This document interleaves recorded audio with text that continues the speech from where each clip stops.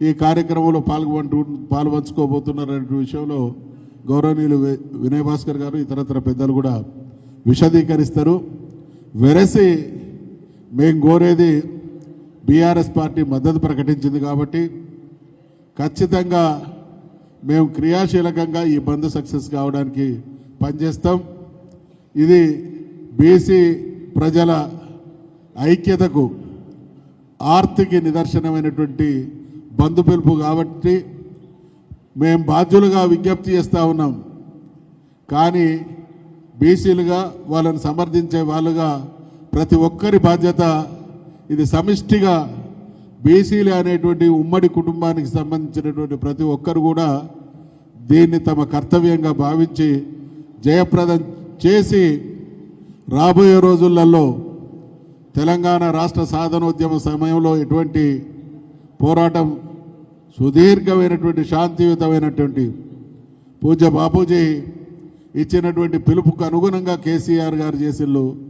కేసీఆర్ గారు లాంటి ఉద్యమం ద్వారా తెలంగాణ సాధించబడ్డది కాబట్టి అటువంటి శాంతియుత విధానాన్ని స్ఫూర్తిగా తీసుకొని తెలంగాణలో ఉన్నటువంటి బీసీలమైనటువంటి మేము ఇతర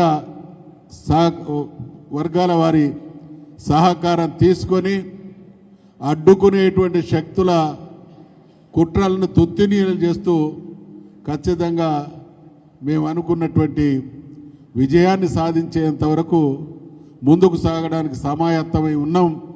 దానిలో మొదటి భాగమే మొదటి అంకమే రేపటి బంధుకాలనేటువంటి విషయాన్ని మనవి చేస్తూ నేను సెలవు తీసుకుంటా ఉన్నా. ఇప్పుడు మాజీ జెడ్పీ చైర్పర్సన్ మా బీఆర్ఎస్ పార్టీ నాయకులు సమ్మన్న గారిని మాట్లాడుతున్నారు.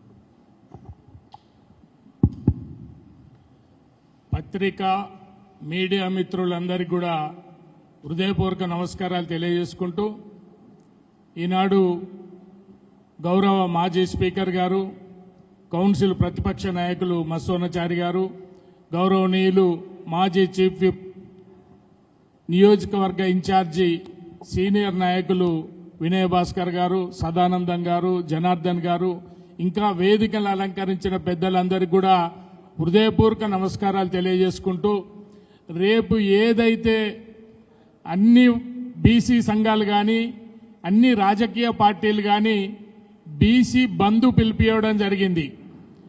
స్వచ్ఛందంగా ఎవరికి వారు ముందుకొచ్చి గత 75 సంవత్సరాలుగా 1947లో స్వాతంత్రం వస్తే ఈయాటి వరకు కూడా ఈ రాష్ట్రానికి ఒక్క బలహీన వర్గాల బిడ్డ ముఖ్యమంత్రి కాలేనటువంటి పరిస్థితులు 75 ఏళ్ల క్రితం చదువు లేక కుల వృత్తుల మీద ఆధారపడి ఏదో రకంగా జీవనం సాగించినటువంటి బలహీన వర్గాలు ఇంకా 47లే ఉన్నాయనుకునేటువంటి దురహంకారంతో పోతున్నటువంటి ఈ కేంద్ర రాష్ట్ర ప్రభుత్వాలకు బుద్ధి చెప్పాల్సినటువంటి అవసరం మన ముందున్నదనే విషయాన్ని యావత్ బలహీన వర్గాలకు సంబంధించిన అన్ని కులాల పెద్దలు సోదరులు కూడా ఆలోచించాల్సినటువంటి అవసరం ఉన్నదని నేను ఈ సందర్భంగా గుర్తు చేస్తున్నా.